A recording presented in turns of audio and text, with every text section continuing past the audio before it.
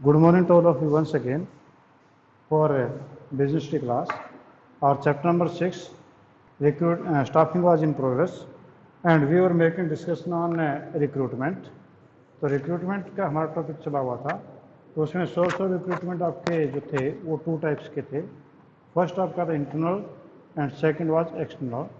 तो इंटरनल का मतलब होता है कि when there is an existing organisation and having a number of employees in the organization already, and we want some employees on the higher post, or we require some employees on the other department, then we can take the employees from the inside the organization. It is called as internal recruitment. तो उसमें आपके जो है internal recruitment का मतलब वहाँ से employ आपने उठाए, उनको या तो कहीं ट्रांसफ़र कर दो या कहीं प्रमोट कर दो. ठीक है, तो ये एक प्रकार से आपकी पोस्ट जो फिलअप हो गई. ठीक है, तो इसके फ़ायदे जो बताए थे वो आपका इकोनॉमिकल था. दूसरा मोटिवेशन मिलता है एग्जिस्टिंग एम्प्लॉयज़ को. तीसरा आपका जो है ट्रेनिंग पे कम खर्चा होता है. चौथा जो उनको रूल रेगुलेशन के बारे में उनको ऑलरेडी पता होता है, उनको ज़्यादा बताने की जरूरत नहीं है. और इससे एम्प्लॉयज़ की परफॉर्मेंस भी आपकी बढ़ती है. ठीक है, और ट्रांसफ़र से जो है वो एम्प्लॉय को ट्रेनिंग मिल जाती है एक प्रकार से, और जो सरप्लस एम्प्लॉयज़ है उनको शिफ्ट करके एडजस्ट हम कर सकते हैं. कमियां क्या थी कि उसमें कोई फ्रेश है आपका जो है वो टैलेंट नहीं आ पाता है, और उसमें लिमिटेड चॉइस होती है कि ज़्यादा नंबर ऑफ पर्सनस नहीं होते हैं. Not suitable for new organisation, नए ऑर्गेनाइजेशन के लिए काम का नहीं है क्योंकि एम्प्लॉई होते ही नहीं उसके पास. तो और फ्रीक्वेंट ट्रांसफ़र में रिड्यूस द प्रोडक्टिविटी. तो ये आपके जो है एडवांटेज और डिसएडवांटेजेस थे. अब सोर्स किस किस प्रकार से हम कर सकते थे. पहला ट्रांसफ़र है. Transfer means the person is shifted from one department और from one station to another station on the same post, on same power, on the same pay scale. तो ये आपका ट्रांसफ़र कहलाता है. और प्रमोशन है. प्रमोशन का मतलब है providing a more salary, more authority and more responsibility, that is called as promotion. तो वो आपका प्रमोशन 2 तरीके से था. नेक्स्ट आपका external source of recruitment.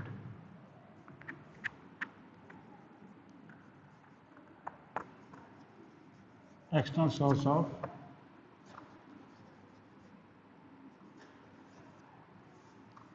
Recruitment.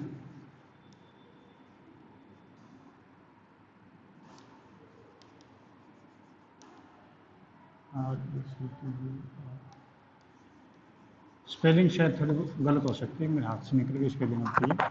तो ये है external source of recruitment. External source of recruitment हैं वो कौन कौन से आपके होते हैं.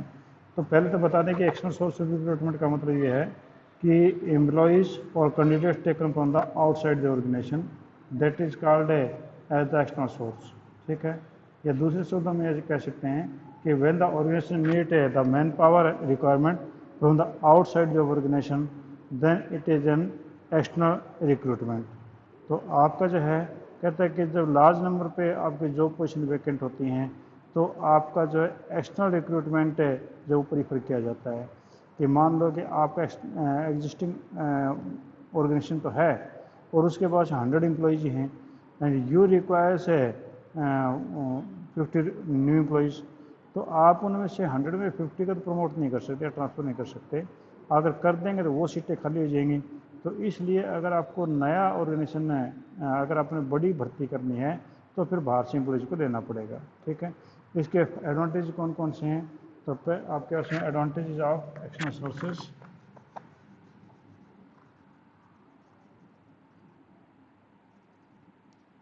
एडवांटेज ऑफ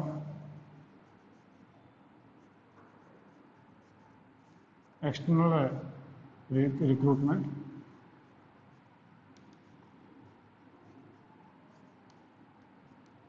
एक्सटर्नल रिक्रूटमेंट के एडवांटेज कौन कौन से हैं. तो हम जो है सबसे पहला हम इसमें है कि fresh talent. First is fresh talent. आपका यहाँ पर फ्रेश टैलेंट जो है वो अवेलेबल हो जाता है क्योंकि in the internal source of recruitment only existing employees participate and there is no fresh talent. But in this system fresh talent can be acquired from the market. तो ये किसका फ़ायदा होगा. दूसरा वाइडर चॉइस.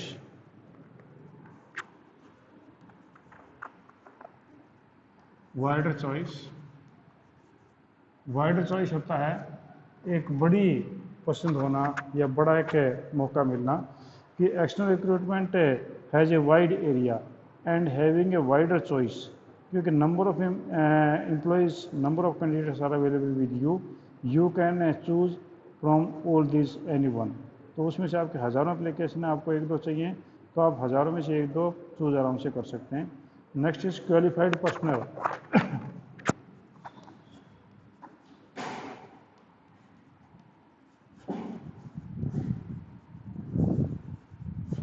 क्वालिफाइड पर्सनल्स, आपके जो persons हैं वो आपको क्वालिफाइड आप ले सकते हैं कि if you requires the management experts then you can hire the MBA holders, if you requires the company secretaries you can hire from the open market. तो आपके एक्सपर्ट्स और क्वालिफाइड पर्सनल्स आपको मिल सकते हैं। लेटेस्ट टेक्नोलॉजिकल नॉलेज, चौथा फायदा है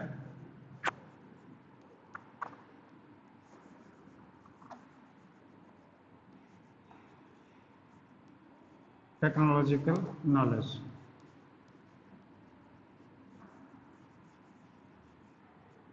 latest technological knowledge कि आपकी लेटेस्ट टेक्नोलॉजिकल नॉलेज जो है वो भी इसके अंदर है, आप आराम से हायर कर सकते हैं।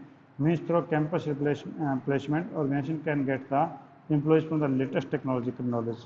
इफ़ यू रिक्वायर से new persons who having the good technical knowledge then you can hire from the technical institute। तो आप जो अच्छे पर्सनल्स जो हैं वो टेक्निकल आपको मिल सकते हैं।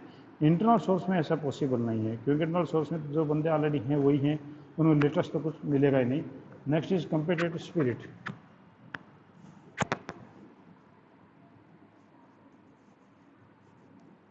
कम्पिटिटिव स्पिरिट, कम्पिटिटिव स्पिरिट का मतलब ये हुआ कि आपका जो है इनमें SPI आएगा। कम्पिटिटिव स्पिरिट यानी प्रतियोगिता की भावना उसके अंदर होती है कि through the external recruitment when outsider join the organization this develop the competitive spirit in the existing employees of the organization. तो आउटसाइडर से जब आपके एम्प्लॉयज भर्ती होते हैं तो इंटरनल जो आपके ऑलरेडी एग्जिस्टिंग एम्प्लॉयज हैं उनके बीच में भी एक कंपटीशन की जो है वो भावना पैदा होती है। तो ये भी एक इसका फ़ायदा है। ठीक है जी। तो आपके जो है एक्सटर्नल सोर्स में जो किसको कहेंगे, एक्सटर्नल सोर्स वो होते हैं कि जो आपके बाहर से लोग लिए जाते हैं वो एक्सटर्नल सोर्स कहलाते हैं। फ़ायदे क्या होगा, फ्रेश टैलेंट मिलेगा आपको। ठीक है, new young blood you can hire. Next wider choice होगी क्योंकि number of applicants are there more, तो ये भी एक फ़ायदा है। Qualified persons as you requires वैसे क्वालिफाइड पर्सनस आप ले सकते हैं। Latest technological knowledge if you requires you can hire such type of the persons also. And competitive spirit भी आप इसमें पैदा होगी एग्जिस्टिंग एम्प्लॉयज़ के बीच में। ठीक है जी। तो ये इसके फ़ायदे थे। अब कुछ कह रहे कि इसके जो हैं नुकसान कौन कौन से हैं, हम उनकी बातें करें। तो डिसएडवांटेजेस हम देखेंगे इसके डिसएडवांटेज कौन कौन से होंगे। वह तो ज़्यादा डिसएडवांटेज नहीं होते हैं, कुछ होते हैं तो नेचुरली हमें तो डिस्कस करना ही होता है क्योंकि एग्जाम में कोई भी चीज़ आ सकती है कि आपके फ़ायदे भी आ सकते हैं और आपके नुकसान भी आ सकते हैं। तो हमें जो भी मिलेंगे हम देखेंगे। तो आप इसके आगे डिश लगा दो। ठीक है, डिसएडवांटेजेस हैं। तो पहला आपका डिसएडवांटेज कौन सा है, पहला आप सबसे पहले जी morale of existing employees goes down. Morale of existing employees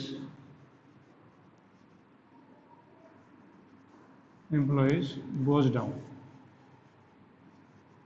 आपके एग्जिस्टिंग एम्प्लॉयज़ हैं उनका मोरल जो है वो घट जाता है because when there was a chance of getting promotion the new person is hired it mean the person who was waiting for the promotion his morale will naturally goes down. क्योंकि जब promotion की बारी है तो उसको मिला नहीं तो उसको एक प्रकार का दुख होगा उसको। New employee may not adjust the rule and regulation of the organization which means more chance of turnover. ठीक है, यानी more chance of turnover, more chance of turnover. Turnover का छोड़ के चले जाना। आपके जो कर्मचारी हैं वो आपके नए कर्मचारी आएंगे तो आपके रूल एंड रेगुलेशन से ज़्यादा वो जो परिचित नहीं होंगे, और वो जो हो सकता है कि आपके यहाँ एडजस्ट ना कर पाएँ और छोड़ के चले जाएँ। तो इससे जो टर्नओवर है, जो छोड़ के जाने की वाली संख्या काफ़ी ज़्यादा हो जाती है।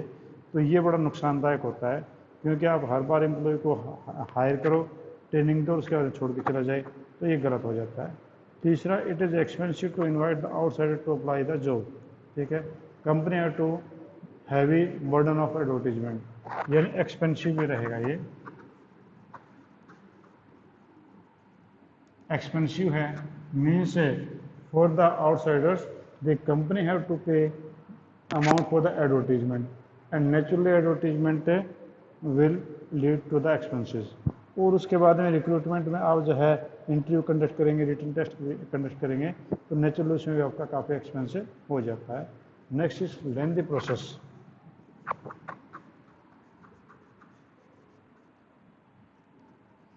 लेंथी प्रोसेस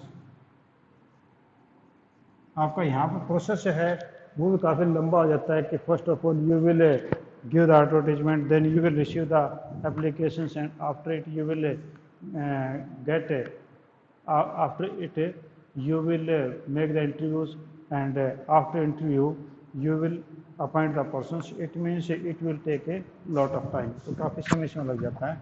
तो ये इसकी कमियां हैं। पहली कमी है moral of existing employees goes down, employees का जो है मोरल जो वो गोज नीचे चला जाता है, क्योंकि उनको टाइम पे प्रमोशन नहीं मिलती। मोर चांस ऑफ टर्नओवर, ज़्यादा से ज़्यादा एम्प्लॉय छोड़ के जा सकते हैं, और एक्सपेंसिव भी है और लेंथी प्रोसेस भी है। ठीक है, तो काफ़ी इजी सा ही है। अब कहते हैं कि आपके जो common method of external source of recruitment, आपके जो हैं कॉमन मेथड कौन कौन से हैं सोर्स ऑफ रिक्रूटमेंट के, तो ये बड़ा इंटरेस्टिंग है। ये चीज़ें आपको कईयों को पता ही नहीं होंगी कि ये चीज़ें ऐसी होती हैं क्या, और ऐसी ये होती हैं। तो वो कौन कौन से हम देखते हैं, तो वो देखते हैं।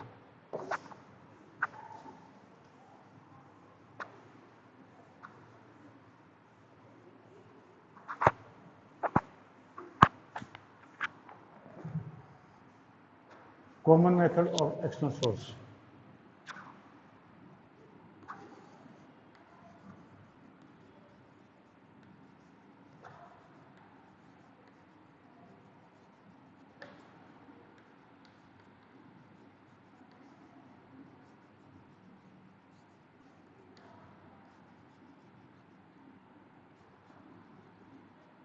आपके एक्सटर्नल सोर्सेज में नॉर्मली आप एम्प्लॉयज़ कहाँ से लेते हैं, तो वो हम बात करें। पहला है डायरेक्ट रिक्रूटमेंट।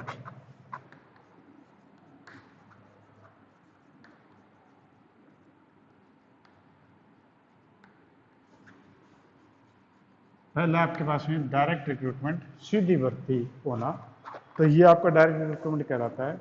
तो कहते हैं कि ऑर्गेनाइजेशन ऐसे जो है लोअर लेवल के एम्प्लॉयज़ के लिए ऐसा किया जाता है। ये बात आपको बता दूं कि sometime the organisation paste the notice on the gate of their office और the factory workshop stating the vacant job positions.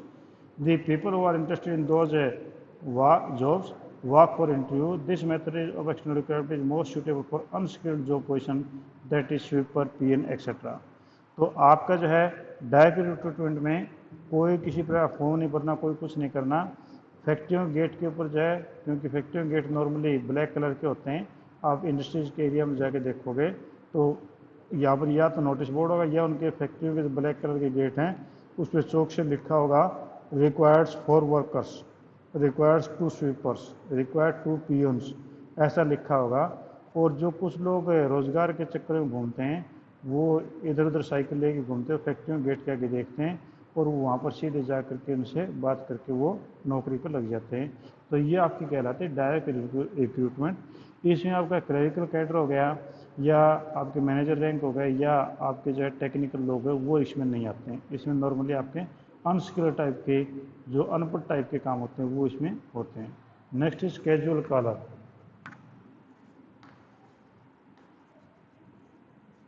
Casual callers, casual caller से कौन से होते हैं, तो कैजुअल होता है आकस्मिक। ठीक है, तो आकस्मिक के जो उनको हम क्या बोलेंगे कि आपके जो बड़े बड़े ऑर्गेनाइजेशन हैं वो काफ़ी सारे बायोडाटा जो अपने पास में मंगवा के रखते हैं।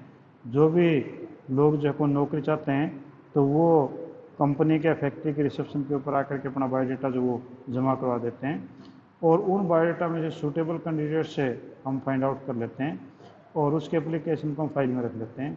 अब उनमें से जब अगर कोई एम्प्लॉय हमारे एग्जिस्टिंग एम्प्लॉय को छुट्टी पे जाता है या कोई छोड़ भी जाता है तो वहाँ से हम जो है वो उस एम्प्लॉय को फ़ोन करते हैं और हम बुला लेते हैं, तो वो आपके कहलाते हैं कैजुअल कॉलर्स, ठीक है।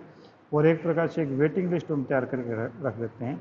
तो इस प्रकार के जो है नॉर्मली आपके जो है टीचिंग जॉब हो गई या आपके सुपरवाइजरी जॉब हो गई या आपके क्लरिकल जॉब हो गई, उसमें इस प्रकार के लोगों को जो है वो ज़्यादा महत्व दिया जाता है। यानी जिस प्रकार से आपके मान लो कि स्कूल है, अब स्कूल में काफ़ी सारे जो बेरोजगार हैं वो लोग बायोडाटा दे के जाते हैं, जी हमें नौकरी की ज़रूरत है, हमारा बायोडाटा रख लो। अब बायोडाटा रख लेंगे और उसमें जो ठीक कैंडिडेट हम दिए गलत फाइल बना लेते हैं। और जैसे आपके स्कूल में से कोई टीचर कहीं प्रमोट हो गया, कहीं छोड़ के चला गया, तो फिर उस बायोडाटा में से किसी टीचर को कॉल कर लेंगे कि हाँ जी आपने बायोडाटा दिया था, आप नौकरी करना चाहते हो, आ जाइए। तो ये आपका कहलाता है कॉलेज कैजुअल कॉलर्स, ठीक है। Next is advertising.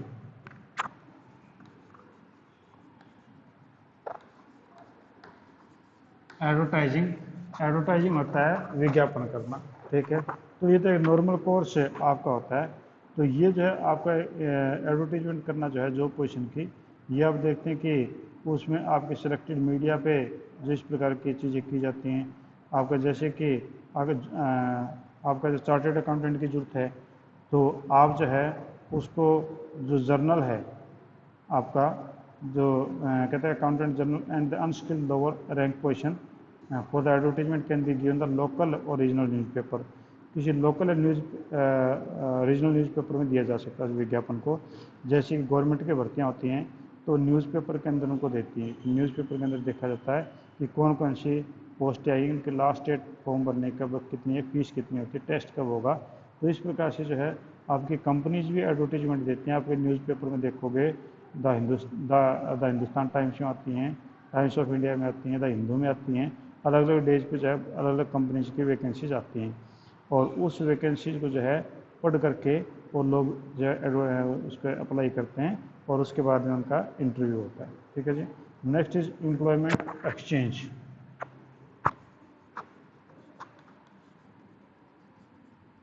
Employment exchange इसको हम बोलते हैं रोजगार कार्यालय। कहने को तो रोजगार कार्यालय पर ये बेरोजगार कार्यालय माना जाता है, क्योंकि यहाँ पर जितने बेरोजगार लोग होते हैं वही लोग जो अपने एप्लीकेशन जमा करवाते हैं। तो मुझे रोजगार कार्यालय के बजाय बेरोजगारी कार्यालय कहें तो बढ़िया है। तो आपके इस प्रकार के जो एम्प्लॉयमेंट एक्सचेंज हैं वो गवर्नमेंट जो हैं वो हर स्टेट लेवल के ऊपर खोलती है, और उसमें जो है ये जो आपके एम्प्लॉयमेंट एक्सचेंज हैं ये एक मिडलमैन का काम करते हैं कि आपके गवर्नमेंट डिपार्टमेंट में अगर किसी तरह की पोस्टें खाली हैं तो एम्प्लॉयमेंट एक्सचेंज में उनका नाम भेजते हैं, और एम्प्लॉयमेंट एक्सचेंज के पास में बायोडाटा होते हैं। जो कैंडिडेट अनएम्प्लॉयड हैं वो उनको कॉन्टैक्ट करके उनको जो कह देते हैं कि आप वहाँ जाकर इंटरव्यू दे सकते हैं। तो ये आपके हैं employment exchange. Next is placement agencies and management consultants. Placement agencies, placement agencies and management consultant। Management consultants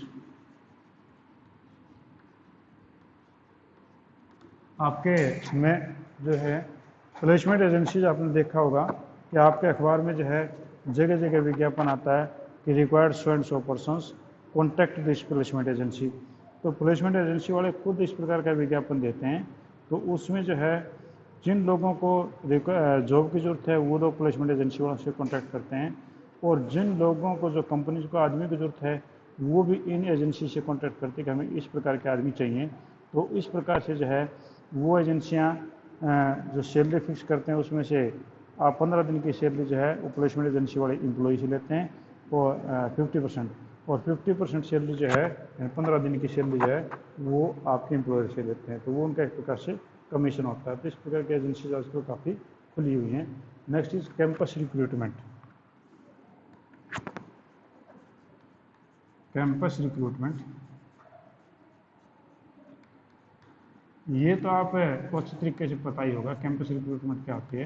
campus recruitment होती है कि there are various institutions, that is engineering college, management colleges and accounting colleges, and any company who requires such type of the personals, they can directly go to that colleges or that institutions, and there they can make the placement from the campus recruitment. तो वो वहाँ पर जो है जो नए बच्चे हैं, जो MBA होल्डर्स हैं, जो इंजीनियर्स हैं, जो आपके डिफरेंट डिफरेंट स्ट्रीम्स के अंदर जो ग्रेजुएट हैं, उन लोगों से जो इंटरव्यू करवाती हैं, और इंटरव्यू के अंदर जो कंपनी जो है उनको सेलेक्ट करती है, उनको बोलते हैं कि जैसे आपकी डिग्री हो जाए, तो डिग्री होता है आप हमारे ऑर्गेनाइजेशन में आ जाना, आपको इतनी तनख्वाहें या आपको इस प्रकार के फायदे हम आपको देंगे। ठीक है जी। Next is recommendation from present employees. Recommendation recommendations from present employees।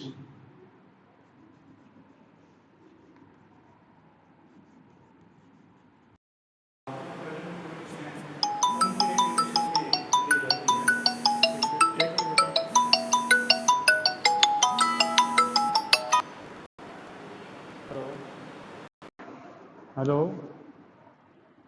Morning.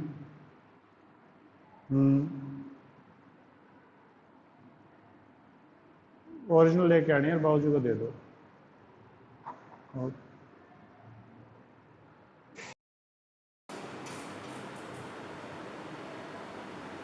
Ji, sorry, हमारा बीच में डिस्कनेक्ट हो गया था, कॉल आ गई थी।